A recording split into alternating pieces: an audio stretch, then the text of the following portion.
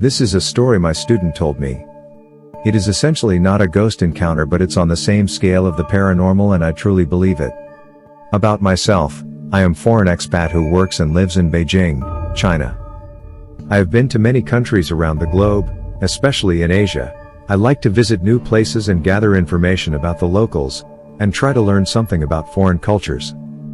I also had a great share of unexplainable things during my time as an expat. I never forced it, but somehow these things always came across me. The story I am about to tell changed my whole perspective on paranormal things as well as on people in general. For more than 4 years I have been in China. I have found a job as an English teacher, which is an alright occupation in this country. Well, I had a student last year, a 17-year-old kid named Joshua, who became very quickly a friend-type figure of mine simply because he was smart, sophisticated and interested in the Western culture and language. I sadly cannot recall his Chinese name, which bugs me, but anyway. It is weird in China, often you cannot tell what people think about you. Every expat can tell you that much about the Chinese culture. Chinese are so different from Western people. Still, me and Joshua came along just fine, though the age and cultural difference was a bit of a problem from time to time. I am about 11 years older than him, and it was more like a typical teacher and student relationship. We didn't hang out together or anything like that, still some could say we were friends. I also met his parents once. I can remember sometime around spring-summer 2008, shortly before the Olympic Games, Joshua came to my class as usual. At about 3:30 in the afternoon, me and him were the only ones in the classroom. I asked how it was going, and tried to ask him the usual questions oral English teachers try to get into conversations with their students. He interrupted, rather promptly, to tell me something that happened to his father's friend. The father's friend had a terrible experience that he shared with Joshua's family just 2 days before school. This is the story I am about to tell. I said, "Okay, tell me what happened," and Joshua immediately responded with sentences like, "You are not going to believe it, I am so sure of it," and so on. I interrupted and said, "Just tell me what happened." "Okay," he said, and he continued. Apparently, Joshua's father's friend bought a new apartment, near Yuanli, which is near Tiananmen Square, which is pretty much in the center of Beijing. Some foreign expats here may be heard of the place. It is near the Second Ring Road. As a side note, Chinese people don't like to rent places, they tend to buy apartments. Interesting enough, the place was dead cheap, 6,000 yuan for a square meter. The housing prices around this area are usually around 15,000 upwards. Considering that the housing prices in Beijing at that time were skyrocketing, it was even weirder that this place came by so cheap. I bought myself a big flat with my wife together, at the far west of Beijing, and I have to pay 1,500,000 yuan in total. Each installment costs me 5,000 yuan a month, and it's still going. The guy was of course delighted at first. He moved in with wife and his 4-year-old son.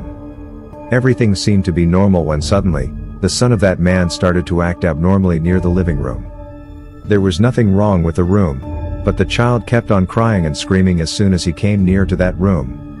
The man was of course worried about him and tried to find a solution for a problem. As in so many cases, they took the kid to the doctor, and strangely enough there was nothing wrong to be found with the kid.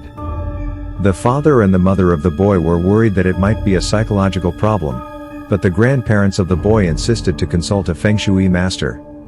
Side note, it is really complicated to describe this kind of science. It is the science of nature, deals with qi, which means good and bad energy, yin and yang, etc. Please check Wikipedia for further information on the subject. We can assume it might be equivalent to our geomancers or shamans. After some consideration, the parents of the boy gave it a try. The fact that the deep-rooted respect for Chinese culture still persists in the minds of almost all Chinese people didn't make it a tough call anyway.